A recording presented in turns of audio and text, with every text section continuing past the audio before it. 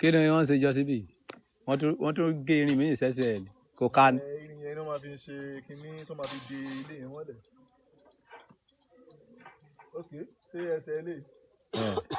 ẹ̀gbọ́ tó wájú ìlú.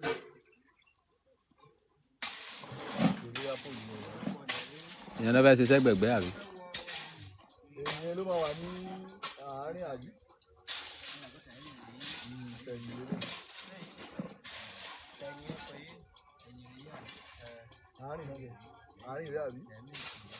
èwo ni tútẹ̀ yìí ṣíṣẹ́ ti mẹ́ta ni.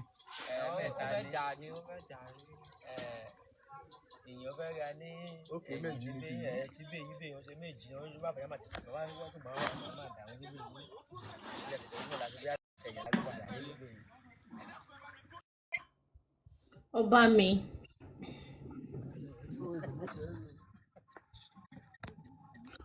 olóburúkú ni kíni àwọn talent yẹn wọ́n ní ẹ tún ṣe violence wọlé tún ṣe.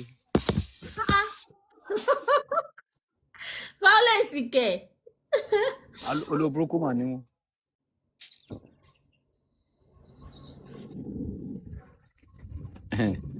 ẹ gbé ọmọ lọ fún bàbá ẹ̀kẹ́jọ́ ló máa tọ́ o.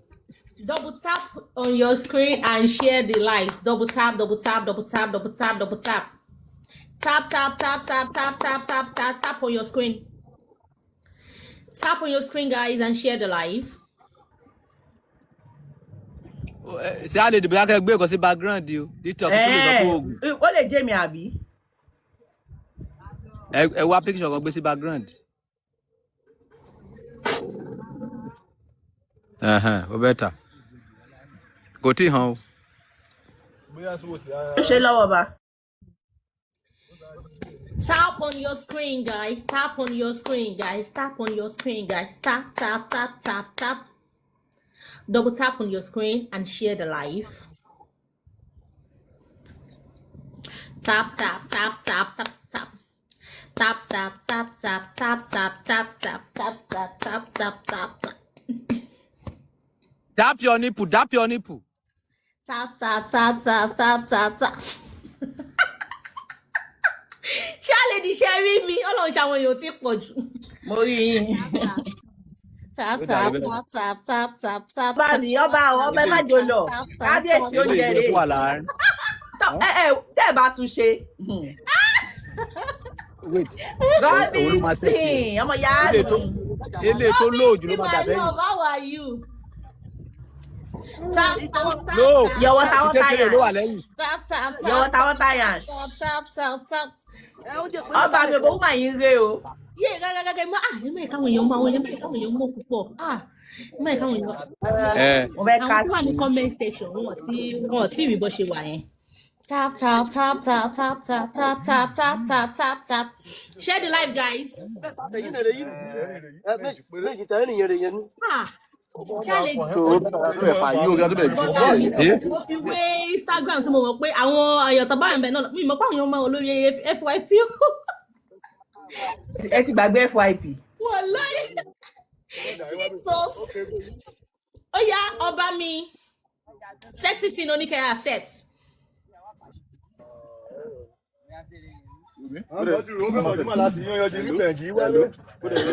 Àǹtí mi ṣe é fi ọ̀dà pèjì yẹn ò rí ni.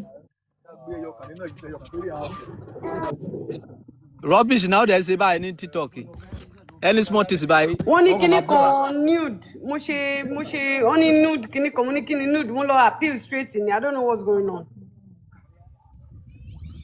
Rubbish wọ́n ti pọ̀jù ní TikTok báyìí. ọba ṣé live yẹn hand ni. wọ́n block live yẹn ni. ṣé ẹ gbé bò síta ni. ọba wo bí ṣe mo wà. kí ló wá ń complain fún. kéèyàn kan ṣó aṣọ ni. ọba bóyá àárín ọwọ́ mi yẹn ló jọ òbò. bóyá bẹ́ẹ̀ àbí bóyá orí tá gbé sí ẹ̀yìn yẹn ló tún fà. kì í sóhun kì í sórí yẹn. àmúdé like conversation ọba yẹ ká continue pẹ̀lú conversation yẹn. àwọn èèyàn ó dẹ̀ máa dùn àwọn èèyàn gan àwọn èèyàn máa pé kí lọ bá ẹ̀ǹdì fún ọ nígbà pọ̀ bá kọ́ ló ẹ̀ǹdì. báwo bóyá ọjọ́ pa ló ẹ̀ǹdì ẹ̀ ni. ṣé ẹ̀sìn kẹlẹ̀ mọ̀ pé kò ń ṣàwọn. ṣé jà ìsìn. tap on your screen, guys, and share the live.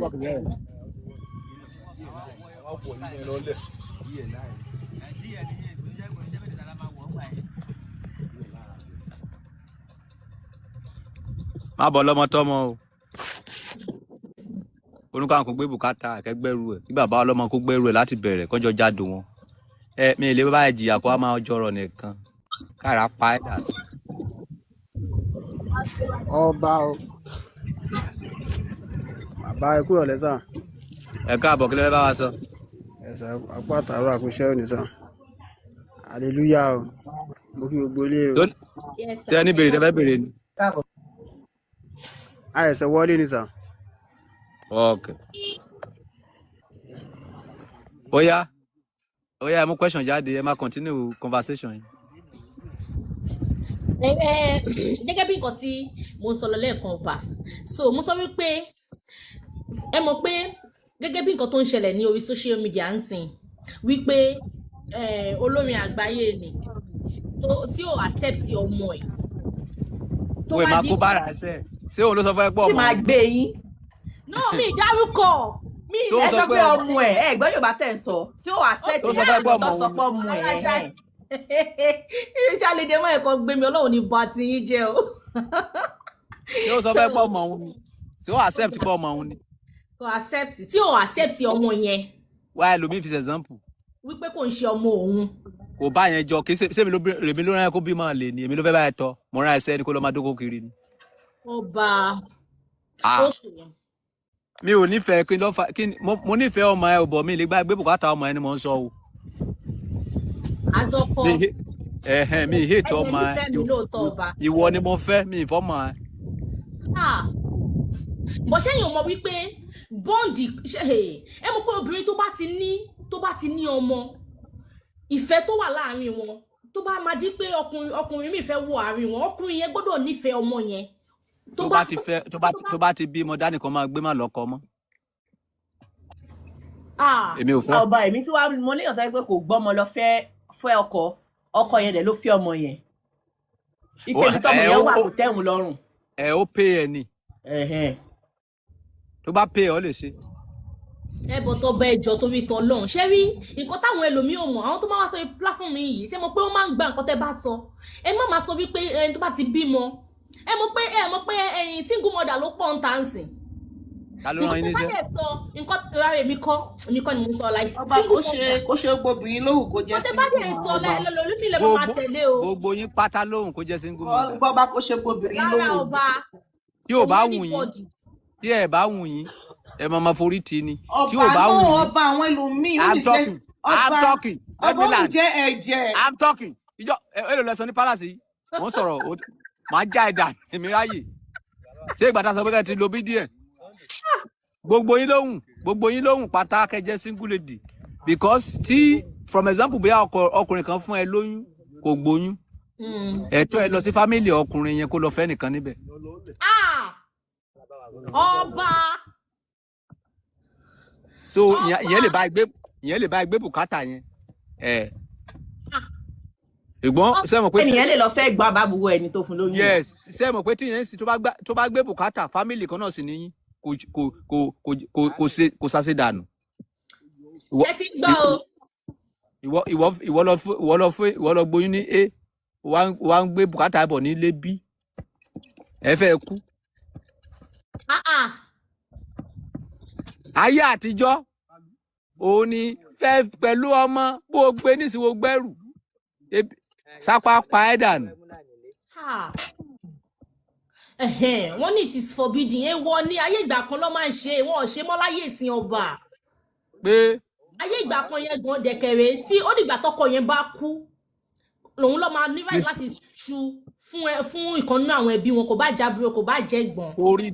torí ti pé bùkátà ọmọ ẹ ló máa ṣe fẹ́ nínú ẹbí yẹn sẹ́ ẹ̀. àwọn ọmọ ò ní ṣe rú ẹ̀. wo ti tẹ̀sí ẹ̀ràn tó hàn sí ni tí wọ́n fẹ́ pariwo síta wo ti ṣe ẹ̀ràn tó ò sí. ṣé láyé tí a wà ẹsẹ̀ àárẹ̀ tẹ̀gbọ́n tàbúrò tó padà fẹ́ra tán dẹ̀ bí wọn fúnra tó dẹ̀ wà lé lára wọn tó dẹ̀ sí kan tó ṣẹlẹ̀ ẹbí pariwo at the end of the day wọ́n padà fẹ́ra wọn. bóyá ní ìlú ọba kò ń ṣe níbi táyé ti lajú yìí. tó bá ṣẹlẹ̀ níbi táyé ti lajú kọ́ òfin mú wọn pé fámìlì méjì fẹ́ra wọn. òfin mú wọn o. ní òfin kí ni ó wà ní níbo lòfin wà ní Nàìjíríà òfin kí ni òfin kí nìyẹn ṣé o rí ẹbí méjì tó fẹ́ra wọn ni that is my question ọmọ ẹ̀gbọ́n máa búrò. tí wọn ò mọ nìyẹn ọba ṣùgbọ́n tó bá mọ̀ wọn máa tú wọn ká. tó bá tú wọn ká ta ló fẹ́ bá wọn gbẹ́rù. ẹ wo gbogbo kan tó bá ṣe má lísì sí kan tó bá sọ lórí ọ̀rọ̀ ọlọ́mọdé yìí Ọlọ́run ní bá. ẹ má lísì sọ̀rọ̀ mi ẹ má gbẹ́rù yín lọ o. ẹ má lísì gbogbo ẹni tẹ má lísì sí ọ̀rọ̀ ọba tó yẹ pé tọ́wọ́ bá ti sọ èyẹ lẹ máa dorí kọ eléyìí ẹ má dorí kọ o ìyà ló pọ̀ bẹ́ẹ̀ o. ẹ má gbọ́rọ̀ sí mi lẹ́nu o ẹ má ṣe náìsì yín lọ o. ọba. èmi ló mọ̀ ọkọ tójú mi ti rí nínú ayé kí tó máa sọ ọkọ tó máa sọ. bọ̀ kí ni changing of orúkọ yẹn lọ fà lọ́dọ̀ tèmi kò really matter. ok ẹ ò lè sẹ́ǹjì orúkọ but ẹ lè ná gbogbo owó mi tán lórí ọmọ yẹn àbí. èmi lọ bá bẹ̀rẹ̀ question lọ́wọ́ Nàìjíríà down èmi ò lè must yẹ ọba no ọkùnrin pàbò make a point o bọ̀bọ̀ bá ṣe generalize ẹ ni mò ń sọ o òótọ́ ni kò ṣe dandan kí ó bá ẹlẹ́mìí tọmọ yẹn but obìnrin tó bá dúró lórí ẹ̀ pé dandan ni kò ṣe òun gangan ni kò dáa but if you find a man tó rí pé kò mean anything fún ọba náà ti là pé ìyẹn wà àyè ọ̀tọ̀ but kò ń ṣe dandan kò ń ṣe tipátipá gbé torí pé òfin ó gbọ́dọ̀ bẹ̀ tọmọ ẹ̀ that one no be must but mi ìdẹ̀ lè change orúkọ kò sí báyìí bá mi tọmọ yẹn náà tó mi lè change orúkọ. tó bá di ọ̀la tọmọ ẹ bá tó wá di graduate tó bá sọ pé òun lọ sí bàbá òun kọ́ kí ló máa sọ fún ó máa lọ náà. ẹ̀yin obìnrin ẹ̀ nírọ̀rùn wọ̀. ṣe ti rí obìnrin gba thousands of ẹ̀gbin àìsàn pé ẹrú ni wá ẹran ni wá ẹyọ kan yẹn ń sìn ẹ̀yin ò rí gbà ẹ̀sọ́ pàlè rọrùn wọ̀ ṣe ti rí face of the palace ṣe ti rí báyẹn. ṣé mo pẹ̀lẹ́ àwọn tó dóyìn ìgbà tẹ́ ṣe house mi wà pọ̀ ni ṣé àjọdóra ni mo mọ̀ nípa ẹ̀ ni. ìbẹ́ tó bá gbádùn ló máa jìyà èwo ni kẹ́nìkan gbádùn èwo ni kẹ́nìkan máa jìyà.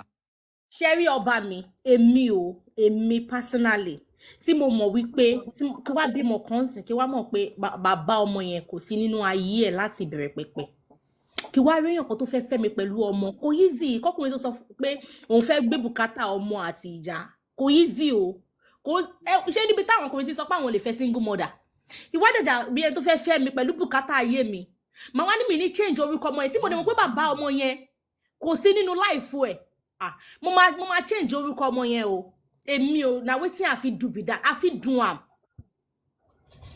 tí mo mọ̀ pé ó dẹ̀ máa. just say later the pikin go later drag am with you sha. wọn bí da kó lọ mú ogbó evidence pé òun lòun bí number one kó lọ mú ogbó evidence pé ìgbà tóun bí yẹn òun ṣe ẹ̀tọ́ lórí ẹ̀ tó fi dé stage yẹn kó lọ mú wá. ọmọ yẹn àlọ́ àkọ́kọ́ tí wọ́n ní ṣẹ̀tẹ́ lórí ẹ̀ tó máa padà sọ́dọ̀ bàbá yẹn. evidence tó sọ yẹn kò wúlò kíní ló máa parí iṣẹ́ yẹn DSA àbí kí náà pè DNA nìkan ti parí gbogbo iṣẹ́ yẹn. ọba kan lọ síwájú ọba lọ sẹ́yìn ọba kí mo lè fẹ́ dúró sí ọ̀rọ̀ yóò fẹ́ yé mi mọ́. no o ò lè deny bàbá ọmọ tó bá àwọn kó má ná wọn kọ bọ̀ ẹ̀mí ọ̀gbẹ́. ok ọba kó tó wá di pé mi náà máa ṣe irú ẹ̀ máa ti take legal action. which legal are you talking about? ọba there will be a legal way now tẹ́ pé ọmọ àmọ́ wọ́n mọ̀ kan yẹ kó tó lè yọ ẹ́ bá yẹ pé wọ́n fúnra ẹ̀ mọ̀ pé kì í ṣe bàbá yẹn ló bí fún pé o kàn ṣe mistake gbé fún ni ó tán ṣùgbọ́n tó bá yẹ pé òun fúnra ẹ̀ ló ní ọmọ yẹn kò sí legal way tó lè pass ó máa jàre ẹ̀ sá ni. ok adoption ẹ̀yin lọ́mọ yẹn máa padà sá fún later tó máa jẹ́ pé bàbá òun bàbá òun. adoption. ọmọ yẹn máa sọ pé ó fẹ́ sọ òun dọ́ máa lè. ẹ máa padà sá fún later tẹ bá ṣàṣe jùjù á jẹ́ kó yẹ pé bàbá òun ni bàbá òun pẹ́ tí ń ṣe jù. ó máa dàgbà náà tí kò ní dàgbà ni. tó wá lè ṣe irú nǹkan bẹ́ẹ̀ yẹn kébì náà tó wá lè ṣe irú nǹkan bẹ́ẹ̀ yẹn mo máa sì tọ ọmọ yẹn náà dáhùn ni pé nǹkan báyìí wo nǹkan báyìí wo nǹkan báyìí. ṣe lè sí tiẹ̀ tó má máa ẹ má kàn án. jẹ́ kí n bèrè kọ́sọ̀ kan lọ́wọ́ ẹ̀ jẹ́ kí n bèrè kọ́sọ̀ wọ́n ti pe ọlọ́mọ àlè rí. àwọn ará ẹ̀ tẹ́jọ́ ń ṣeré wọn pé ọlọ́mọ àlè rí. ìjọ tó bá pe ọmọ ẹ lọ́mọ àlè jẹ́ ẹ̀ ló máa rántí bàbá. àìmọye tó ń fi bàbá ní bàbá ṣe ọ̀rẹ́ bàbá ọba. ọmọ yẹn padà sílé ẹ̀ sáà. ẹ mọ̀ sí é face of the palace ẹ mọ̀ sí é. nǹkan tèmi lè ṣe ni o ó dẹ̀ máa adopt ẹ̀ tí ń gbà wọ́n sọ pé wọ́n máa adopt ẹ̀ legally wo ó lọ tó bá ń gbọ́ ó lọ tẹ́. legally yẹn ìlàṣì wà ń bẹ náà pé wọ́n adopt ẹ̀ ló sì mọ̀ pé definitely wọ́n adopt òun gbọ̀ kó ń ṣe bàbá òun No, mo highlight yín lọ síbò míì ni mo ń channel yín What lọ is the síbò meaning míì of ni o. adopt? What do you mean by adopt? Ipe legally pé ìjọba máa No, sign òun pé ni mo fẹ́ òun kó ti gba dáhùn. ọmọ yẹn. Òun ni mo fẹ́ kó dáhùn. What do you mean by adopt? Adopt mean pé kí èèyàn like ẹni tí ò ń ṣọmọ èèyàn pé kí èèyàn sọ pé òun fẹ́ máa. Ó ti là á, ó ní bàbá. But bó ṣe adopt ẹ̀ yẹn ẹni sùúrù ọba Kò lè wọ́ọ̀kì. ẹjọ ẹni tó bá mọ̀ nípa adoption ẹjẹ wá sókè ẹ bá mi counter ọba ẹjọ agbára mi ò gbé mọ́. Adoption means ẹni tí o gbà tí kì í ṣe wọ́n ló bí ló ń jẹ́ adoption. Ẹni tó gbà láti máa jẹ́ ọkọ ẹ láti máa jẹ́ everything ẹ bọ̀ kì í ṣe wọ́n ló bí. Ọ̀rọ̀ adoption ìṣe ló dàbí ìwé ìgbèlú Amẹ́ríkà bó ṣe jẹ́ o kì í sọ ọmọ lílu bá manus máa wà ń bẹ̀ yàtọ̀ sí ọmọ tó jẹ́ ọmọ ìlú yẹn gangan. This is a citizen. Bàbá ọba mi bàbá ọmọ tún gbọ́dọ̀ fọwọ́ sí pé òkè òun gbọ́ because wọ́n máa pè é bàbá ọmọ wọn á pè é tó fẹ́ adopt ẹ̀ ẹjọ́ jókòó ẹ̀ ní adopt ọmọ lẹ́yìn. Ṣé o lè dá nìkan sign ẹ̀? Adoption. Ṣé wọ́n nìkan ló bí? Ṣe bí mi ni máa lọ bẹ̀ náà ni ṣe máa kó bọ́ kó. Àádó ayé ẹ pa wàá tún lóyè kejì.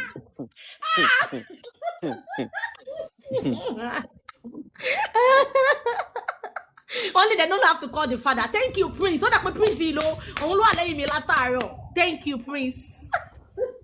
They don't have to call the father.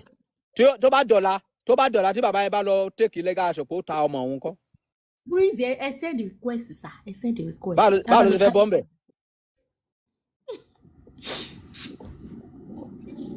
Tí bàbá wọn bá fẹ́ kó lọ jí ọmọ òun ta, báwo ló fẹ́ bọ́m̀bẹ̀? Ọlọ́run ọba ò ṣe rí èmi náà tí mo fẹ́ ṣe irú nǹkan bẹ́ẹ̀ ṣe ń gbọ́ mi ò ní dúró nítòsí. Níbo ló máa lọ dúró sí? Ibi tí kò sí mi rárá mọ́ mo lè lọ sí ibi tí wọ́n ní fi ojú sí lára mo lè lọ sí irú Benin, Togo àwọn ibi tí wọ́n ní fojú sí kò ṣe Amẹ́ríkà o. Níbo náà ti lọ gbé Nnamdi Kanu wá? Níbo náà ti lọ gbé Nnamdi Kanu wá? Àní wọn ní mọ̀ ṣebí mi ní lọ social media rárá ní sí lórí internet. Mi ní sí. Ní wà lórí internet mọ́. Mi ní sí. Ní family tó ń pè ẹ́. Àwọn family mi náà àtijọ́ ṣe ṣebí yẹn ti bá sọ bí tí bá sọ bí tí mo wà lórí. Ìjọ tí family ẹ bá pè ẹ́ tó bá ní kó send owó tó bá send owó àwọn fúnra ló máa fúnra wọn fún wọn ní nọ́mbà ẹ fún ọkọ ẹ. Ìjọ tó bá tọrọ owó lọ́wọ́ ẹ tó bá fún wọn. Oh my goodness. Oh God. Ẹ wò kọ́lọ̀ bọ́ ọba ìjọ. Ṣé rí ẹmọ gbogbo nǹkan tó dá gbogbo nǹkan tó dá ọ̀rọ̀ yìí lẹ́ni pé ọ̀rọ̀ tẹ́ sọ yẹn ẹjọ́ ẹ má sọ mọ́. Ẹ̀yin obìnrin, àmọ̀ràn mi fún yín ni wípé ẹ láì tí yín. Mo gba gbogbo ẹ̀yin obìnrin níyànjú tẹ́ ẹ bá tí ì lóyún, tẹ́ ẹ bá tí ì bímọ. Ẹ kú oríire o, tẹ́ bá gbọ́rọ̀ mi lónìí. Ẹ gbìyànjú gbogbo apá yín. Mo ń sọ̀rọ̀ lọ́wọ́ o. Ẹ gbìyànjú gbogbo apá yín kẹ́ níṣẹ́ dání kẹ́tù lọ máa dóko. Nígbà tí ọkọ ẹ bá sọ fún ẹ wípé òun lè bá ẹ tọ́jú ọmọ, ìwọ fúnra ẹ lè take care ọmọ ẹ. Okay? Ṣùgbọ́n mi ò lè advice ọkùnrin tó sì ń hustle kó lọ máa tọ́jú ọmọ lọ́mọ orí ibú ní kìí sóríire o. But ọkùnrin tó bá ti rí ṣe irú àwa yìí nísìn a sì lè take care ọmọ lọ́mọ kò sí kankan lára wa. Because I have money, owó wà. But ìwọ ọkùnrin tó sì ń hustle tó sì ń sapá àti jẹun wà lọ kọ sọ pé gbọ́mọ gẹ̀lẹ̀ kan wá from nowhere ó máa padà sọ́dọ̀ bàbá. That's all. Ṣé wípé ẹ̀ṣẹ̀ ńlá ni ọba? Ṣé wípé ẹ̀ṣẹ̀ ńlá ni? Ọba ti là o, ọba ti sọ differences tó wà nínú pé kéèyàn ṣe bẹ̀rẹ̀ ayé ẹ̀ láti máa hustle àtẹni tó lówó lọ́wọ́. Ìwọ tó bá mọ̀ pé ó lówó lọ́wọ́ tó mọ̀ pé ó lè take care ọmọ ọlọ́mọ. Ìyẹn ọmọ ìyàwó tó bá fẹ́ tọ̀ ayé wà ń bẹ̀. Bó ìwọ tó bá mọ̀ pé ìwọ náà báyìí etí ẹ̀ ọwọ́ ẹ̀ báyìí kò sí tó etí má dán wò kò ju bẹ́ẹ̀ ṣe ọba mi. Ẹ pẹ́ fún wa sàn. Olówó mélòó ló kù sí Nàìjíríà yìí? Big Crown we've already asked this question and ọba dẹ̀ ti yànnàná ẹ̀ fún wa. Olówó pọ̀ ní Nàìjíríà ọba. Àìmọye olówó owó wà ní Nàìjíríà. Olówó fake ló pọ̀ ní Nàìjíríà. Wọn ò ní 5 naira. Ilé tó pọ̀ yìí náà àwọn olówó tó wà ní Nàìjíríà báyìí wọn ò ní 1 million second. Kò sí savings ọba ọ̀rọ̀ lẹ́sọ owó ń wọlé bọ̀ bùkátà tó ń là tó ń gbà ó pọ̀. Ìgboro rẹ́rìn o, ìgboro bleed o.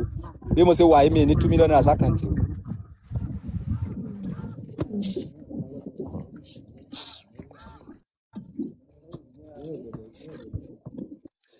Ìgboro rẹ́rìn.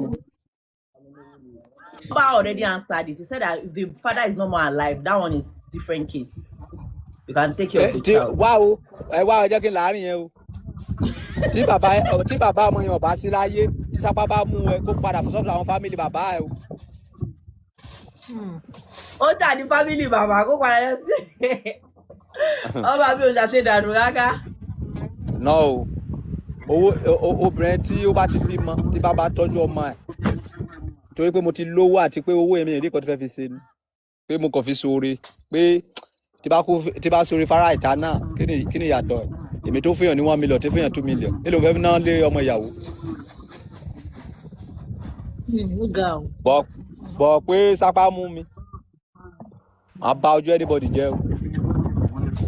Mi ì rówó school ọmọ mi sọ, màá tún máa hustle owó school ọmọ ìyàwó. Kó lọ bá bàbá ẹ o. Ìyẹn ti yàtọ̀. Jẹ́ kí gbọ́ bẹ́ẹ̀ yẹn, ìyẹn ti yàtọ̀ o.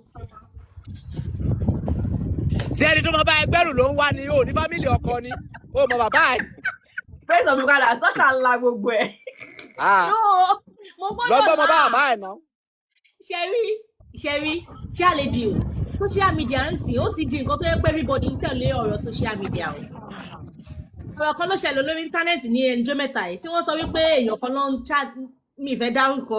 Wọ́n ní ChatGPT lẹ́ni yẹn follow. Wípé kan tí ChatGPT lẹ́ni yẹn sọ. ChatGPT sọ pé nǹkan báyìí ni kò ṣe, ó dẹ̀ lọ ṣe bẹ́ẹ̀.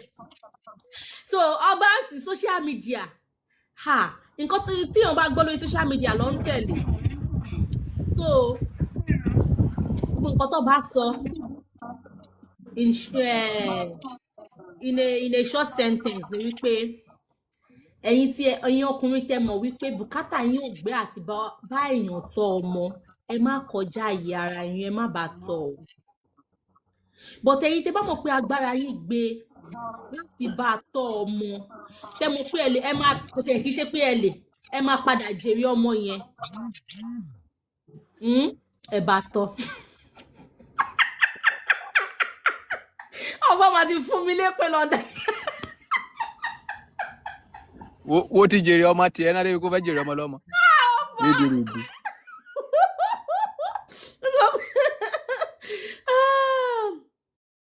Jesus, the woman had 3 more for the man. Sunshine, what are you trying to say? Ẹ má sọ bẹ́ẹ̀. Ẹ mọ̀ pé ọmọ tí yóò bá tọ́ nígbà mi ó máa ń wúlò ju ọmọ tí yóò bí lọ. No, joke apart. Ẹ gbàgbé ẹ̀. Ó lè pé ọmọ tó yẹ pé wọ́n gbé wá fẹ́ ló máa tọ́jú ẹ̀ lọ́jọ́ ogbó o. Àwọn ọmọ tí yàn gan bí gbà mí wọn ráyè èèyàn. That one day, ọba said the talk count. Don't go for them. Yes, Sunshine. That's just owó ló máa tọ́jú ẹ lọ́jọ́ ogbó kì í ṣe ọmọ. Okay, ṣé owó ló máa bá gbé pò? Owó ló máa bá gbé pò. Owó ló máa tọ́jú ẹ lọ́jọ́ ogbó kì í ṣe ọmọ. Owó ló máa tọ́jú wọn sọ́dọ̀ lọ gbà wọn kí ẹ̀ kan. Owó kọ́ ló máa fi tọ́jú wọn sí dandan kan wọn. Àwọn bí ẹ̀ tí wọ́n ní tọ́jú ẹ̀ dáadáa. Irọ́ ni babalá rí kí ẹ̀ tó tọ́jú. Níbi tẹ́mi wà tí mo ti ṣẹjọ́ kí ẹ̀ kọ́ ni. Níbi tó wà nìyẹn. Tẹ́kìtìnù. Owó yín wà, owó wà. Tẹ́ bá gbẹ́ ẹni tó wà tí ò ṣe dáadáa ẹ pẹ̀lú mi. Ẹ ṣe dáadáa. Ọmọ tí ò bá soríire ló ń tọ́jú bàbá ẹ̀ lọ́jọ́ ogbó. Ọmọ tó bá soríire ó máa rán house girl ìwà kó wá jókòó sí bàbá wọn. Ẹ là. Okay? I come again. Ọmọ tó bá soríire, ọmọ tí ò bá soríire ló ń tọ́jú bàbá ẹ̀ lọ́jọ́ ogbó. Ọmọ tó bá soríire ó máa rán daycare wá fowó gbà ni. The same thing ni. Tí ó fẹ́ wá jókòó ti bàbá ẹ̀ ni. Ẹ má tán ra yín. Àbúrò kan sọ pé àlùbáríkà wà nù kí èèyàn tọ́jú òbí èèyàn tó bá ti dàgbà. Tí ó fẹ́ fi sẹ́ẹ̀ sílẹ̀ ó fẹ́ lọ jókòó ti bàbá ẹ̀ ní kinní ni. Ìwọ́n tó níbi òjò. Tó bá èèyàn máa rówó ń ṣe ṣá. Owó ló máa rán níṣẹ́. so owó ló lè fìyà jẹ lọ́jọ́ ogbó kì í sọ ọmọ tí ò bá lówó lákàntì bá lù ẹ́ pa gbèrègèdè ṣèbí ọmọ tó bá yó ló máa rántí ẹ. God bless you, sunshine. God bless you. So gbogbo ẹ̀yin tí ẹ níyàwó tí ó bímọ ẹ má torí nǹkan tó bá sọ iye tí àwọn ọmọ ìyàwó ẹ tọ́jú àwọn ọmọ ìyàwó yìí ẹ má ṣe ẹ ti gbọ́ bẹ́ẹ̀ yẹn ẹ má tẹ̀lé ọ̀rọ̀ wọn ní iye mú olùpẹ̀pẹ̀ ajá. If you have questions, send requests. Oba Shebi, only send request about any question.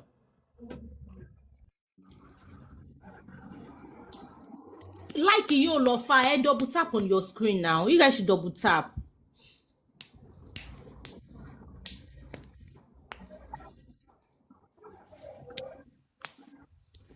Hello, Mr. Monday.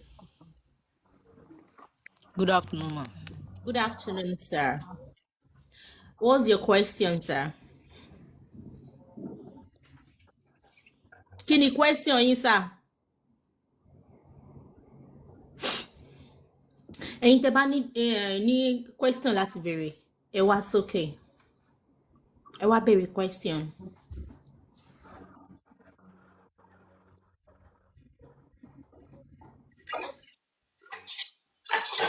Hello, Obami. Ẹ káàsán, Mr. Something. Yes, ma'am. Yes, Show you. Yes, sir. Oba Ejo, mo ní question for Oba ni o. Ẹ béèrè, sir. Oba mi. Ṣé wà ẹ pẹ̀lú wa? káàbọ̀ kí ni ìbéèrè yín yẹn. Yes, Oba. Ọba, ṣé ó dára kí ọkùnrin kó gba ọmọ ọlọ́mọ tọ́? Bí pé bóyá bí ọkùnrin tí ẹ̀ṣẹ̀ tí màá rí bóyá kó kàn fẹ́ yàwó tó jẹ́ pé kó fẹ́ obìnrin tó ti bímọ bíi 2 sí 3. Wọ́n dẹ̀ jọ agree pé wọ́n jọ máa tọ́. Ṣé ó wà òkè? tó bá mọ̀ pé inú ẹ fẹ́ dùn ní àárọ̀ tó fẹ́ sunkún lọ́jọ́ alẹ́ wo lè ṣe.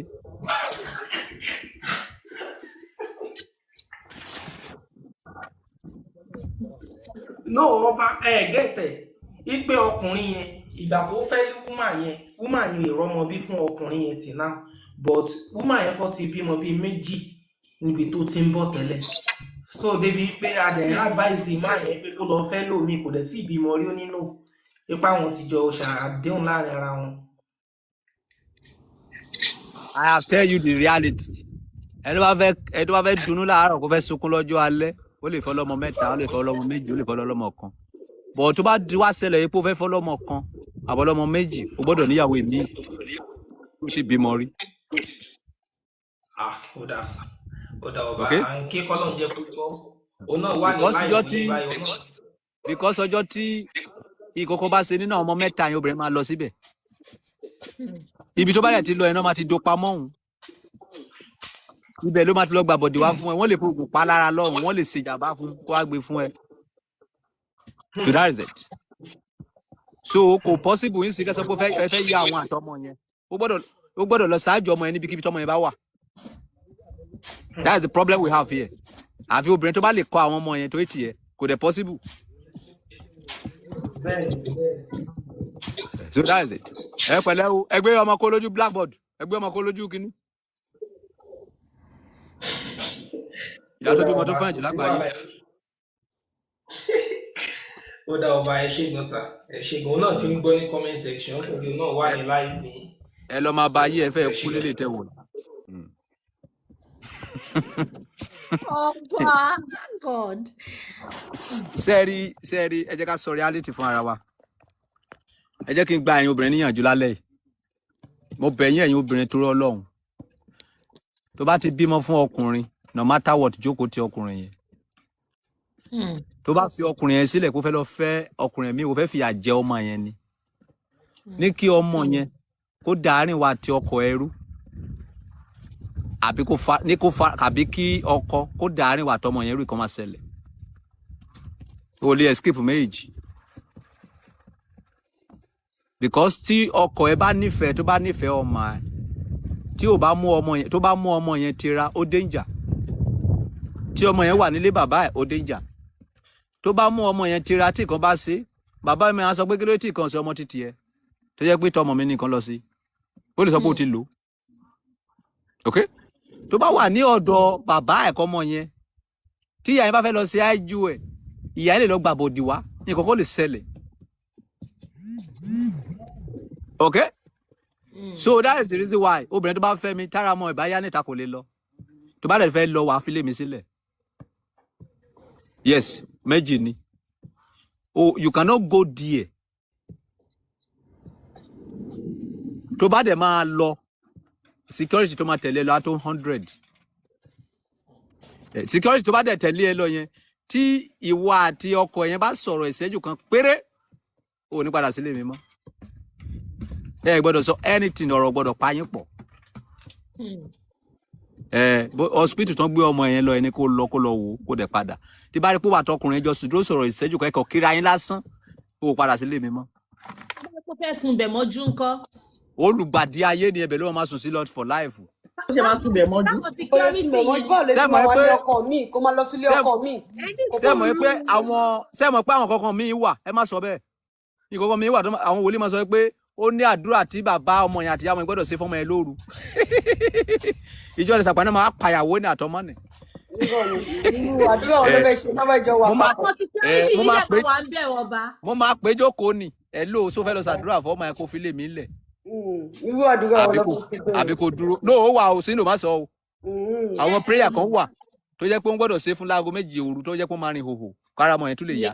ọmọ àjọ wà ń wò ọba. yes àti bàbá ọmọ yẹn àti ìyá ọmọ yẹn ó wà. security máa wà ń bẹ̀. security máa lọ máa wò bò àbí. ẹ kó máa wò ó. tèbí ìta ló máa wà kí security ṣé security fẹ́ bá wọn wọlé. kí orí wẹ̀ ní ilé ìlọ fún ọ. kí orí wẹ̀ tó gbogbo ilé tí ó jọ when I'm talking to you there is danger in single mother. ọba ẹ sọ kankan ṣe má bínú because. sídò mò ń bọ̀ jọ má bínú bá mi kọ́ ọkọ tó fẹ́ sọ yẹn sílẹ̀ kí lè land kẹ wá wo ibi tọ́lọ́ tó wá ń ṣiṣẹ́ ìyanu ẹ̀ tó bá fẹ́ gbádùn láyé pé o fẹ́ gbádùn obìnrin single mother ni. ṣé tí ń gbọ́ ẹ̀yin comment section. yes pé o fẹ́ gbádùn inú ẹ̀ fẹ́ dùn láyé single mother ni but tí ìṣòro ẹ̀ bá dé wá ké o because àbọ̀dì tí single mother yẹn máa lọ gbà wá láti ta ọmọ ẹ̀ yẹn ọmọ tó bí síta yẹn gangan ni àgékùn ejò tó ń sọ̀rọ̀ bí agbọ́n tọmọ yẹn bá ní nǹkan ṣe wà ní problem tọmọ yẹn bá fẹ́ ṣe ìyàwó wà ní problem tọmọ yẹn bá fẹ́ ṣe graduation wà ní problem tọmọ yẹn bá fẹ́ ṣe anything ọkùnrin máa ní problem. ó ga o. that's the problem but tó bá fẹ́ fọkàn yẹn balẹ̀ pé ó fẹ́ ṣe nǹkan tó lè fi single mother ṣe òun ni girlfriend and boyfriend bọ̀ pé kó fẹ́ wọn sílé problem ni o àfi ọkùnrin tó bá lè handle ẹ̀ tó bá dẹ̀ ti dé ìpele yẹn lé obìnrin yẹn dànù àtọmọ ẹ̀ tó bá dé ìpele pé o ti sọ fún wọn pé ìyàwó ẹ̀ pé ẹ̀ ló máa bọ̀ ẹ́ sí ara mọ̀ ọ̀dá o ẹ̀ ló arábìnrin tó fẹ́ lọ níbẹ̀ ni ó yá kẹ́rù ẹ̀ tó bá dájú ẹ̀ ní premises ẹ̀ tó bá yẹ kó lọ tó bá ṣe àìní ẹ̀ tó bá yẹ kó lọ ìjọ tó bá ti lọ tó bá ti padà wá ìjọ ẹ̀ lẹ́ ti bẹ̀rẹ̀ sí ní problem nínú ilé yẹn. That's the problem. Kọ́kọ́rọ́ tó wà ó yá sínú go on. ẹ sọ kọ́kọ́ lẹ́ẹ̀kan pé advice tẹ máa fáwọn obìnrin bí kọ́ máa fi ilé ọkọ wọn lẹ̀ so èèyàn kọ́ wá bèrè comment section pé what if o ti bọ́ sí domestic violence. God bless you my wife. tó bá ti fi ọkọ ẹ lẹ̀ you have two options. Option yẹn náà danger náà sí ni. bóyá wo ti ní ìyá tó fẹ́ fún ọmọ yẹn tọ́ àbí wà lọ fi ọmọ yẹn sí boarding school. obìnrin tó bá dẹ̀ máa fi ọkọ sílẹ̀ gbọ́dọ̀ lówó lọ́wọ́ tó fẹ́ fi take care ọmọ yẹn. ọmọ yẹn bẹ́ẹ̀ ni. àbí kó filẹ̀ fún bàbá ẹ̀ tó bá dẹ̀ filẹ̀ fún bàbá ẹ̀ o gbọ́dọ̀ gbàgbé ọmọ yẹn. torí níbi tí èmi tún ya criminal tèmi dé kò possible nísìn kí bàbá ọmọ yẹn kó pe ìyàwó mi kó wá sọ pé ọmọ yẹn fẹ́ bá sọ̀rọ̀. ìjọ tí bá gán ní pé ọkùnrin yẹn wọn àti ẹjọ́ ń sọ̀rọ̀ lórí fóònù obìnrin yẹn jẹ tán. Very danger. Ṣé bẹ́ẹ̀ mi ló ń dú ẹ tẹ́lẹ̀ ọ̀nà wo ló fẹ́ gbé gbà àfi tí ò bá wùn mí dú ẹ mọ́ mo mọ̀ nǹkan tí máa sọ sí ẹ lórí ìnáwó ṣe bá jọ gbé. ókè ọba mi ṣé ká sọ wípé owó wípé kó má bàa dóko ní kó má bàa dó ọkọ tó ti fílẹ̀ tẹ́lẹ̀ yẹn ló ń ṣe yín ni àbí báwo. God bless you, God bless you, I like that question. Kì í ṣe ká ní pé dídó nìkan ètò da. Danger. Tí ọkùnrin yẹn bá fi lè rí wípé obìnrin yẹn ti fine, ó ti rẹwà. Kàkà kékun má jà ìṣe ló máa fi ṣe. Ó lè lé mágùn sára obìnrin yẹn wá bá. Danger bẹ́ẹ̀ ló bá sọ. Yes, ó lè gbé ó lè lọ sílé ọkùnrin kó gbé ẹ̀tẹ̀ sí lára. Kó sáà rí wípé lady yóò fẹ́ kí n gbádùn ẹ̀wọ́ náà ò ní gbádùn. Wọ́n náà ní gbádùn ẹ̀ nìyẹn. Very danger. Èlò lòbò. Kì í ṣe òbò nìkan là á sọ nípa òbò kéré. Danger tó wà tó rọ̀ mọ́ pọ̀. Chẹ́lẹ̀ dé mọ́ bọ̀ mi. Ẹ ọkọ̀ọ̀kan jà ní wúmà yìí. Kí ló dé? Jẹ́ kí sáà lè bí sọ̀rọ̀ ìyá sófó. Jẹ́ kí sáà lè bí sọ̀rọ̀. Àbí kì í ṣe jáde mi náwó ni àbọ̀wọ̀ mi ni. Àwọn náà náwó jẹ́ kí face of the balance parí tí wọ́n náà ká tó béèrè question tí wọ́n. Okay. Chẹ́lẹ̀ dé ẹ bẹ̀rẹ̀. Ọba mi ń fẹ́ pé situation kan wà tó yẹ pé ọkọ ẹni tíyàn bímọ fún yẹn wọn ò ta síra wọn mọ́ kó tó pàdé ọkọ tuntun tó fẹ́. Tí ẹ̀là yẹn dẹ̀ ti wà bẹ̀ pé wọn ò ta sí even tó bá pàdé ara wọn ní street wọn ò ní bára wọn sọ̀rọ̀ tó fi pàdé ọkọ tuntun tó fẹ́ yẹn. Ṣègbè àwọn situation kan ṣe àwọn situation kan wà bẹ́ẹ̀ yẹn.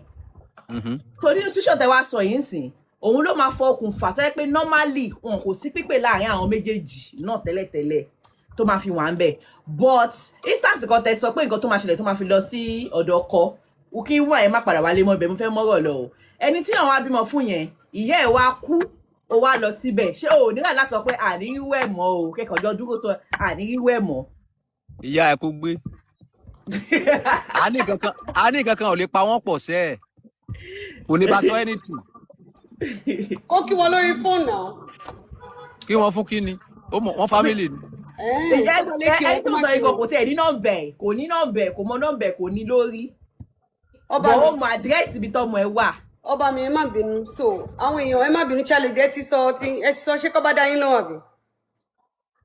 Ọba sọ okay Ọba so nǹkan tí mo fẹ́ sọ nípa ọ̀rọ̀ single mother because a lot of people wọ́n mistaken ọ̀rọ̀ yẹn for something else. Sherry, I think I will ẹ kí n là lọ́nà mẹ́ta wà. Number one, they are single mothers. Single mothers means that outrightly, Ọba mi ṣe ń gbọ́ mi. Outrightly, challenge dem bá mi lọ. Ìpele mẹ́ta ló wà. Outrightly, obìnrin ẹnìkan ló ń tọ́jú ọmọ yẹn láti ilẹ̀. Bàbá yẹn ò sí nínú life ọmọ yẹn. That's what they call single mother because wọ́n ló gbé àwọn ọmọ yẹn láti ilẹ̀ débi tọ́dé yẹn. That's number one. Number two, they are co-parenting. Sherry co-parenting yẹn. Bàbá yẹn wà nínú life ọmọ yẹn but ìwọ ló ní custody àwọn ọmọ yẹn. Share you understand?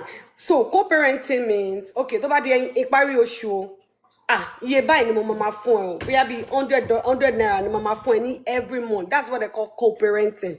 Títí ẹ lè wá pọ̀ as a woman because o ní custody àwọn ọmọ yẹn ó lè wá pọ̀ mọ́ but bàbá yẹn fi kò bá tẹ̀ jẹ́ 15 naira 10 naira 5 naira ó máa yẹn send every now and then. That's what they call another one too nìyẹn co-parenting. Now they are single women. Àwọn yẹn single woman means that àwọn bàbá àwọn ọmọ ẹ̀ wà ní life wọn but wọn tiẹ̀ ní anything ṣe mọ́. Ọkùnrin tó bá fẹ́ fẹ́ tí ó ń wá ọkùnrin yẹn fún ara ẹ̀ ni kò wá fún ọmọ ẹ̀. So most of àwọn èèyàn máa ń mix ìkíní yẹn. So now tó bá fẹ́ go into another relationship, are you looking for a man to be a father figure for your child or you are looking for a man for yourself? I get what I'm saying. Are you looking for a man for your child to be a father figure or you're looking for a man for yourself? So let's use myself as a case study right now. Two different things. Yes. Now let's use my own as a case study. I am not looking for a man to be my son's father figure. Oh, bye. Let me ask you a question in that middle. Let me ask you a question in that middle. Ben. Ọmọ tó wà ọmọ yẹn tó jẹ́ pé ilé take care yẹn. Ben. Tí bàbá ẹ̀ bá sọ pé òun fẹ́ rí kí ló máa ṣe? Òun náà lọ bá ẹ jẹ́ kí n láǹtà. Mo kàn fẹ́ kẹ́kọ̀ọ́ dáhùn áńgò yìí. Òun náà ní avenue wà láti lè jẹ́ kí ọmọ yẹn rí òun lọ́tọ̀ without me not coming into the picture. Kọ́tí mi try láti sọ fún yín ní ọba. Ta ló máa mọ́mọ́ yẹn lọ? Irọ́ ó máa need the way tó ṣe máa mú rẹ̀ lọ àbí kó wá gbé àbí kọ̀kọ́ èmi ò ní sí ń bẹ̀. Ọba kíní yìí ọba ẹ ti sọ tán ẹni kéèyàn náwó lọ́wọ́ ó máa pè Shall understand? It's something that it's not a must. You have to be present. Láti lè jẹ́ kí ọba ọmọ ẹ wá mú ọmọ lọ. You understand what I'm saying? You ọmọ tèmi sìn. Bàbá ẹ̀ tó bá fẹ́ bá sọ̀rọ̀, ó ní phone tó fi ń bá sọ̀rọ̀.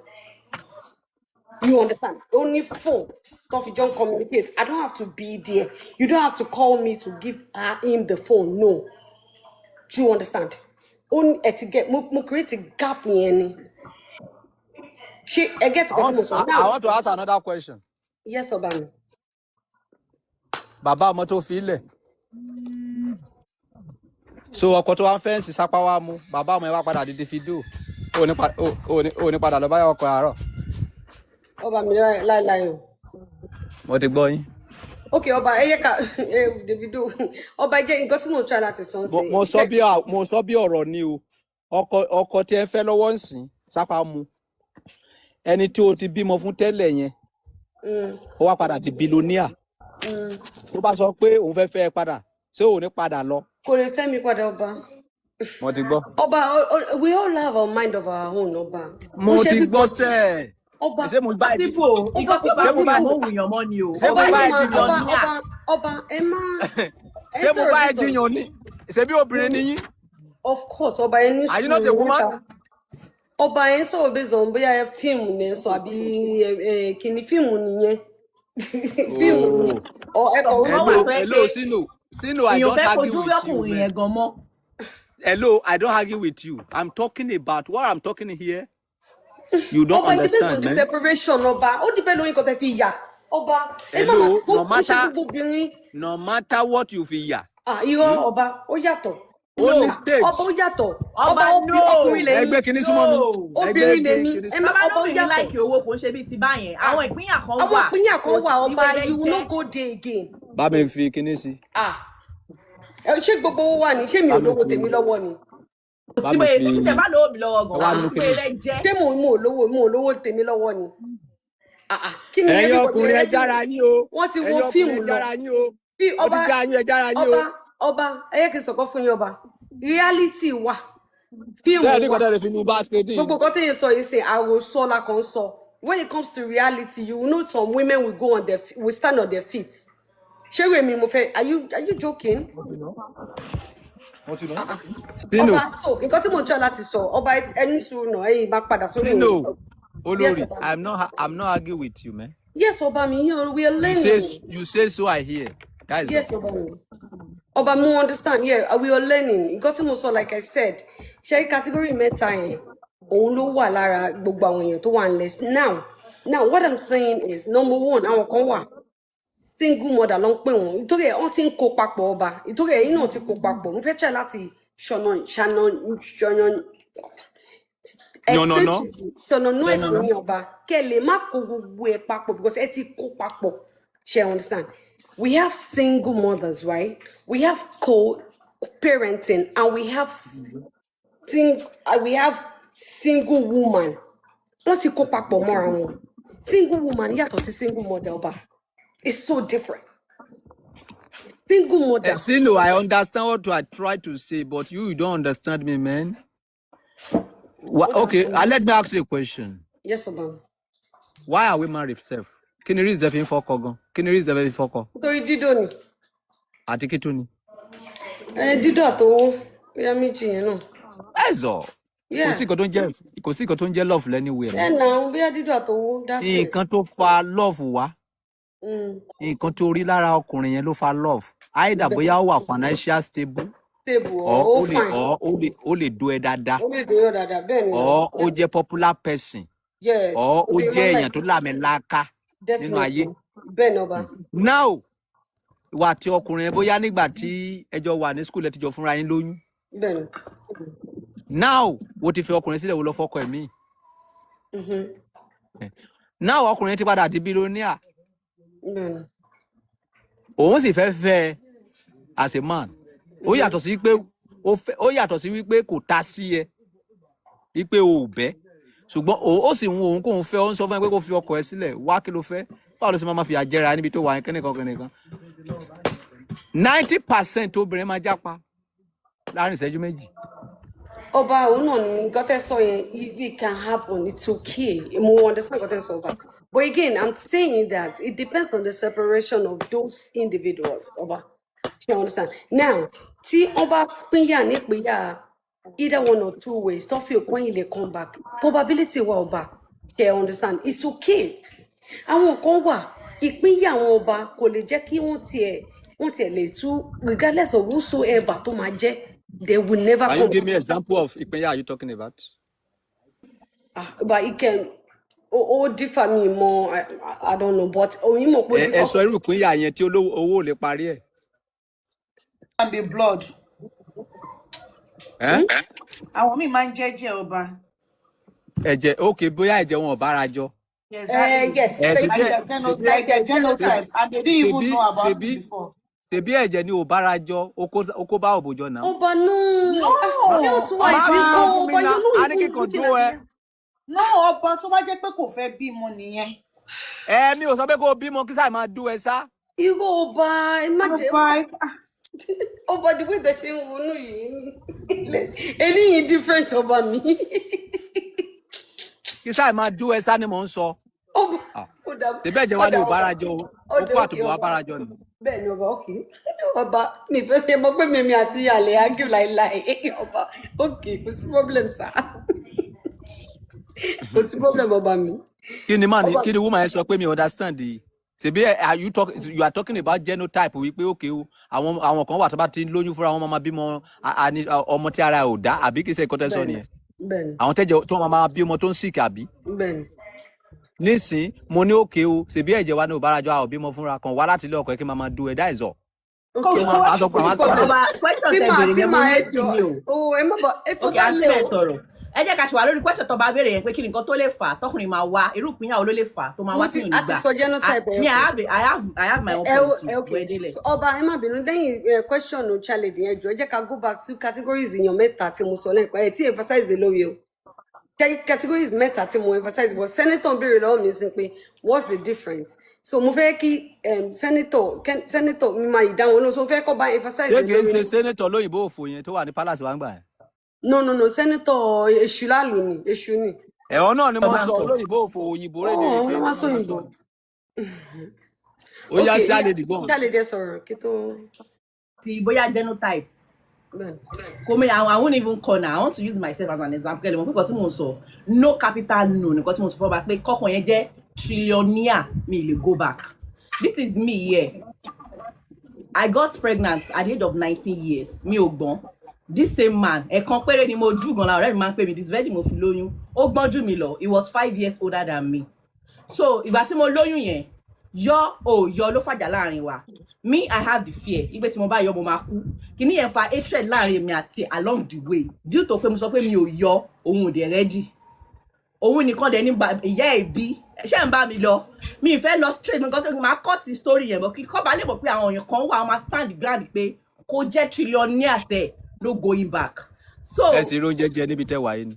Ọba kan ṣe some break up day nothing fit dash am back sẹ.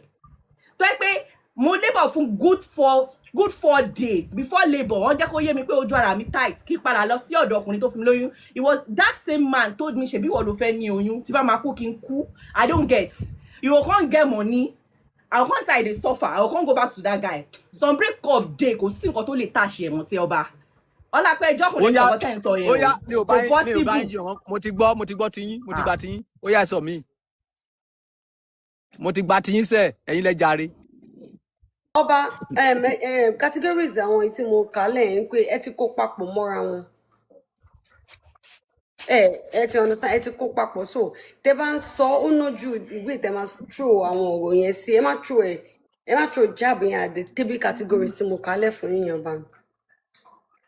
Hello, are you not a woman? Of course I am. I know what this woman is. But okay. Sometimes you might be wrong, sir. Woman, yes, you may think that. Okay. From example now, bẹ́ẹ̀ ṣe wà yìí, ó ṣeé ṣe kí ọkùnrin má lè fowó trigger yín torí wípé ti ní. Okay? But we are talking about obìnrin tó wà nílé ọkọ tí yà ń jẹ ń bẹ̀ yẹn. Tí ó lè sọ fún ọkùnrin wípé òun ò lè fẹ́ o, ó máa dóko. Okay. àfi tó bá ráyè jáde nìkan ló kù àfi tó bá sísànsì fún. Okay, so gbogbo obìnrin ni ó lè ṣe bẹ́ẹ̀ ọba. pé gbogbo o bóyá lè wá mú 90 if they bá mú 91 èmi ní 9 tó kù. àwọn obìnrin tí ìyá bá jẹ 100% wọn máa ṣe. Ó dàbí okay ọba mi I got you now. Okay mo ti yọ ọba is correct. Now nǹkan tó bá ń sọ yẹn ẹ má yẹ ká lo pattern yẹn ká lo pattern mi pé for example ìwà tẹ́sí ẹ fi ẹlẹ̀ ibi tó relationship tó wá pẹ̀lú inú òdùn tẹ́sí ẹ bá pè you go back to it nǹkan tó bá ń sọ nìyẹn àbí ọba mi. tó dùn pé ṣùgbọ́n tó ti lówó lọ́wọ́ tó bá pè ó máa dáhùn. No, wọ́n ló ń sọ́fà. Ilé ọkọ tó wà tí ò lówó lọ́wọ́ báwo nílò sí fẹ́ dùn bẹ́ẹ̀. Yes, wọ́n ló ń sọ́fà nǹkan tó bá sọ nìyẹn like that woman is not happy in her marriage. When you can't live, one and no dey good sense. Because you can't get money, you can't get feelings for am back. Yes, because ó suffer níbi tó wà. You don't need to get. Hello, lady, you don't need to get feelings. Oba is right now. You don't need to love him, but ó máa do ẹ. Ọba no máa do ẹnìyẹn, kò possible say. Ọba kò possible. I know what I want. I know what I can do. Mo ní ẹ ti jàre sẹ́, mo ní mo ti gbọ́. Ọba kò possible fáwọn kan kò sí ìyà tó yàn lè jẹ tó bá rántí nǹkan tẹ́ni ẹ ti ṣe. Ó ti bí ti rí ilé ọkọ ni. Ẹ ká gbàgbé ẹ o. Ebi ti pa ẹ́ lọ́jọ́ mẹ́ta rí tó jẹun. Àwọn náà ẹ ti rí àwọn dòbòdélẹ̀ lọ́ba ń sọ, so it's okay, they can go back. Nǹkan tó bá ń try láti sọ ẹ yẹ kí wọ́n bá ti sọ ó ti yọ àárín yẹn bọ́ ẹ get nǹkan tó bá ń sọ àwọn dòbòdélẹ̀ lọ sọ. Obìnrin la máa pè. Yes, because of the reason why tí ẹ̀yin ṣe ń takítí báyìí ni pé because you can get up in the morning and go to work. 80%. Ọba 80% kọ́ ló ń ṣiṣẹ́. Mọ̀ bọ̀. 80% obìnrin tó ń solósolé ni kí ni ìdí náà fi ń ṣe? Ṣé tó gbóhùn wọn ni? Ọba Ben, owó ni. What are we talking about? Yeah. Now that makes sense because some of them cannot work, or rather, ẹ ká fi sí pé kò sí iṣẹ́ tó lè ṣe ní at that point because a lè sọ pé ẹlòmíì ò lè ṣiṣẹ́. Iṣẹ́ wà wọ́n yọ lẹ́ni and then wait ẹ jẹ́ ká ṣe lọ́nà mẹ́ta. Okay, ọba mi. Iṣẹ́ wà wọ́n yọ lẹ iṣẹ́ wà iṣẹ́ tó wà tí wọn ò bá yọ lẹ gan kò lè gbé bùkátà kan tó ń lé. Wọ́n ti aim high. Yes, bó ṣe wà yìí nísìn expenses ẹ lẹ́kọ̀ọ́ nísìn irú iṣẹ́ wo ló fẹ́ ṣe ní Nàìjíríà tó lè gbé expenses ẹ tó ń ra aṣọ ojoojúmọ́ yìí tó ń ra wúmáyà tó ń ra ìgò 1 million 10 million tó ra ilé tó ra gbogbo ẹ̀ iṣẹ́ wo ló fẹ́ ṣe ní Nàìjíríà tó fẹ́ fi ra gbogbo kíní tó ń ra yìí. Iṣẹ́ tí mo lè ṣe ní Nàìjíríà. Ọba iṣẹ́ wà náà. Ó yá ẹ dárúkọ ẹ̀ fún wa bóyá káwọn ọmọ wa lọ sí. Ọba you can go into properties. Properties. Yes. Not available to properties. You know, Oba, if me share example, you will me sing. You know that Tibate Mawa, Moko change the ebo. Ojato, Oba. So, so, way. I'm not talking to you. I'm talking general. I'm talking about Ayeti Lakoja is a war. The be woman is a war 5,000 so like can't take face of the the bonus war. See, the bad dress, honey. 5 naira kò sí 5,000 kò sí lákàntì ẹ. Má ṣe o. Ọ̀rọ̀ yẹn lágbára. Ó ní agbára pẹ̀lẹ́. Tọ́jú òbò kiri títì rédèrèdè. Ọ̀rọ̀ yẹn ó yí. Òbò náà ló ti jí pẹta mọ́lé yẹn. Ó yí tí. Ọba ṣe sáyé send account mi. Mi wá sáyé ìyàwó agbóbò ilẹ̀ ni. Tí bá dó ẹ tán wàá gbowó. Mi ò kí ń 2026 mo ti jára mi ilé fóbìnrin lówó ọ̀fẹ́ mọ́ láyé wàá dókó sáà ni. You have question send request. Ẹ jọ̀ọ́ ẹ̀yin ọkùnrin ẹ la etí yín. Ọba ẹ má tún fún wọn advice mi. Ẹ má lọ ṣe wèrè o ẹ má lọ ṣe dìdìrín òfo ṣe rí àwọn mentality òfo pọ̀ tá a ti gbé sórí ara wa ti pẹ́ tó bá lọ yọkó lórí ẹ ò lè sóríire o. Ayé ìgbà kan náà mo wà lẹ́yìn àwọn single mother o pé kó máa fẹ́ single mother o but ìgbà tí mo wá wo inna tí mo wo gbogbo àwọn tó fẹ́ single mother ní surround mi tí mo in wọn tí mo wọnú wọn tí mo jáde mo ẹ̀sẹ̀ wá mọ̀ pé nǹkan táwọn bàbá yẹn ń sọ leléyìí kò sí bó ṣe fẹ́ kò ṣe gbogbo obìnrin ọba kò kí ṣe gbogbo wọn. Àwọn kò sí gbogbo obìnrin now ṣé ó possible kí ọmọ kó wà lọ́dọ̀ bàbá kí kankan má pa wà tọmọ yẹn pọ̀ lọ́jọ́ kan. Understand question? Thank you, Jare ọlọ́gbọ́n. ọmọ ẹ tó bí síta yẹn tí bàbá yẹn tọ́ yẹn so possible kí kankan má pa ẹwà tọmọ yẹn pọ̀ lọ́jọ́ kan àti bàbá.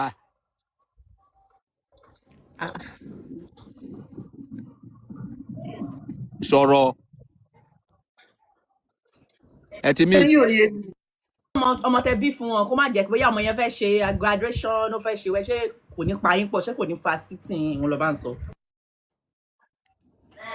Possible now since wáyé pé ọkùnrin tó ń ṣe nínú live ọmọ yẹn ni o but tí o bá ṣe kankan nínú live ọmọ yẹn kò lè possible now. ìyá ẹlẹ́jọ́ wẹ́wẹ́ this is my question so possible ọmọ ẹ tó wà lọ́dọ̀ ọkọ ẹ ti ta yẹn tó bímọ fún tẹ́lẹ̀ so possible kí títí ẹ máa fi kó láyé kíkan wọn má pa ẹ mẹ́ẹ̀ta pọ̀ àtẹ̀yìn àtọmọ yẹn àtọkọ yẹn so possible báwo ló ti fẹ́ ṣe.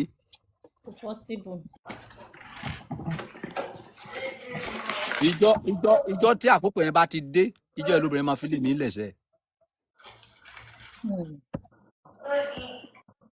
ìjọ tí kọ́kọ́ bá ti pa ẹ mẹ́ẹ̀ta pọ̀ ìjọ ẹlòmíràn máa fi lè mí lẹ̀. No, based on the palace yan mi pé gbogbo ọkùnrin ló máa bá ìsáìdì ọba sọ tiwọn she is talking about himself. àwọn ọkùnrin náà máa wà ní ọba bẹ́ẹ̀. bí mo ṣe ń sọ yẹn gbogbo àwọn ọkùnrin tẹ̀lé mi. ẹ má tẹ̀lé ọba o. No, first of all, I want to ẹ máa tọ́ra yín ó ṣe gbogbo ọkùnrin ló lè tẹ̀lé ọba. It's not everybody. gbogbo ọkùnrin mi náà. It's a choice. Mú àwọn tó ń na follow choice àwọn tí wọ́n ní that kan person ṣe never man àwọn enough. tí wọ́n ní kan ṣe náà ló máa follow ọba. ẹ máa wo gọ́ọ̀mẹ̀ntì sẹ́. ẹ wò wọn. I say no be all some men dey they no reasoning wọn ó yàtọ̀ I dey with ọba 100. everybody. ojú wa ti là. ojú yìí gbogbo máa bó ni. ẹ̀gọ́ ló ń jẹ́ bẹ́ẹ̀ ẹ̀gọ́. ojú gbogbo yìí máa bó.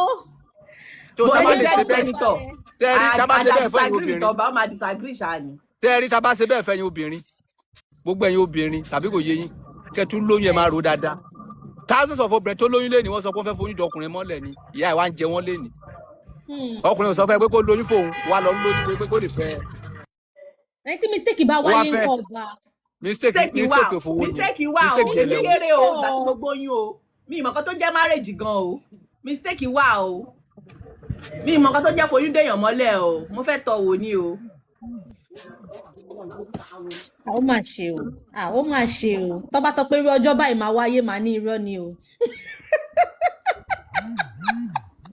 tí màá wà láì tó bá ní irú ọjọ́ báyìí máa wáyé máa ní irọ́ ni o. ó ga o it is well.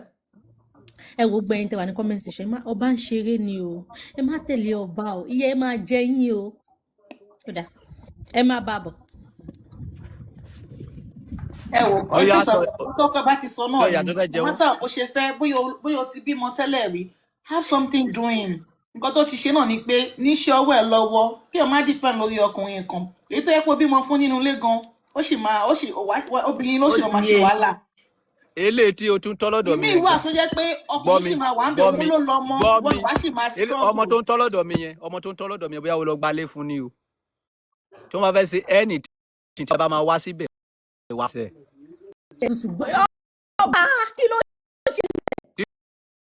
yes tí bàbá máa wá síbẹ̀ tí wọ́n máa jókòó àti ìyá ọmọ tí ìyẹn náà máa jókòó ẹ̀ ló máa fi lè mí lẹ̀. ọba jókòó kan tí bá ní pé dandan kọ́ mi bá.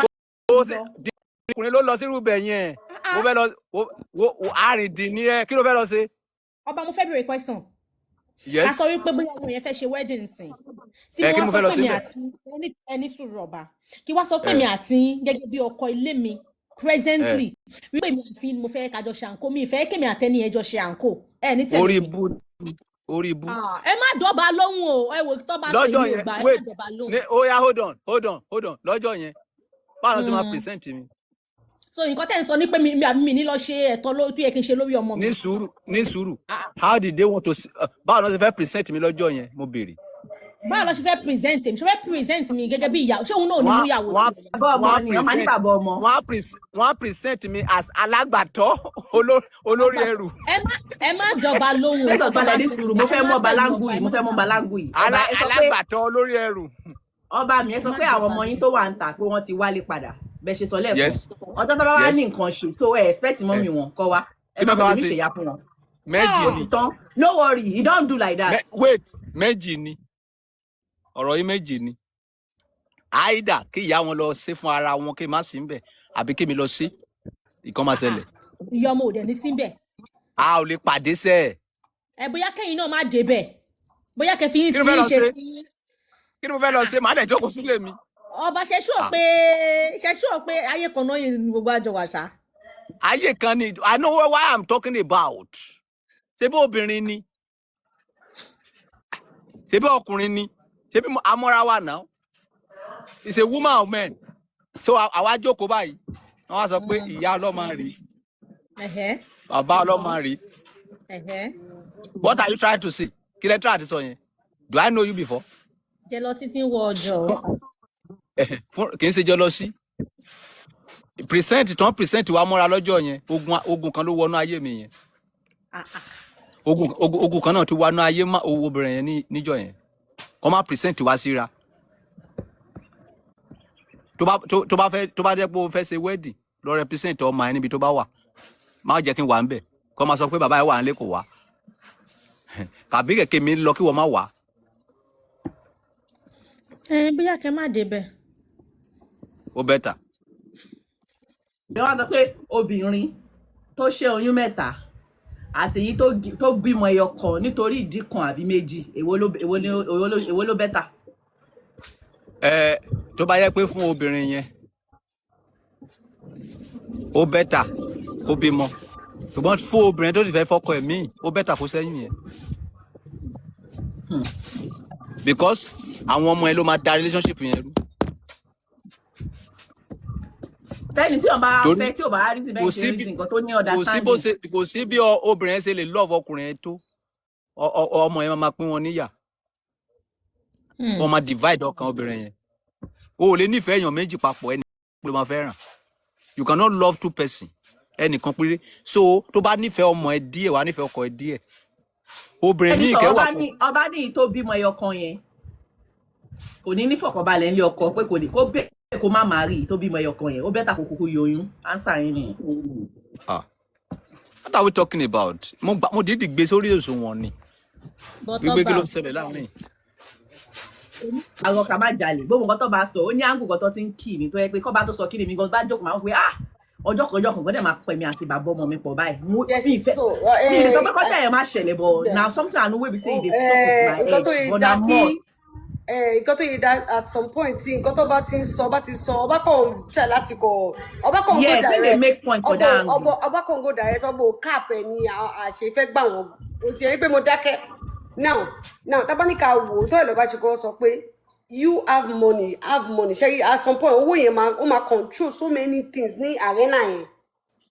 Irúfẹ́ yẹn nísìn pẹ̀lú ọ̀rọ̀ tí Sínú sọ yìí tọ́mọ̀ mi bá fẹ́ ṣe nǹkan tí bá mọ̀ pé ó máa bí dandan kí ìyá ẹ̀ wá mo lè rán èèyàn lọ síbẹ̀ gẹ́gẹ́ bí aṣojú I will not go there. Ìyá ẹ̀ lè rán èèyàn wá kì í ṣe pé kóun kéma ti ẹ̀ jókòó wọ́n á máa present àwọn méjì. tó bá pẹ́ mo wà ní ọmọ mi fẹ́ tó wà Nàìjíríà fẹ́ ṣe nǹkan mo dẹ̀ wọ́n ibẹ̀ ṣe mo máa sábọ̀ ni. ṣé inú ọmọ yẹn máa wá dùn? tó bá mọ̀ pé mi ò lè wọ́n náà. ó dùn fẹ́lẹ́ dáa. Gbàgbọ́ èèyàn sí Nàìjà pé bóyá àwa Nàìjà àwa táwa Nàìjà kọ́ máa fẹ́ ṣe nǹkan kí wọ́n á ní kéèyàn lọ ṣé inú ọmọ yẹn máa wá dùn? Kí ni wàá ní tèmi pẹ̀lú inú ẹ̀ dùn? Ṣé èmi wáyé wá múnú ẹ̀ dùn ni? At some point ẹ máa ní bí èèyàn ṣe fẹ́ ṣe. Ṣé mo pé we all have the different individuals that we are dating or we're getting married to.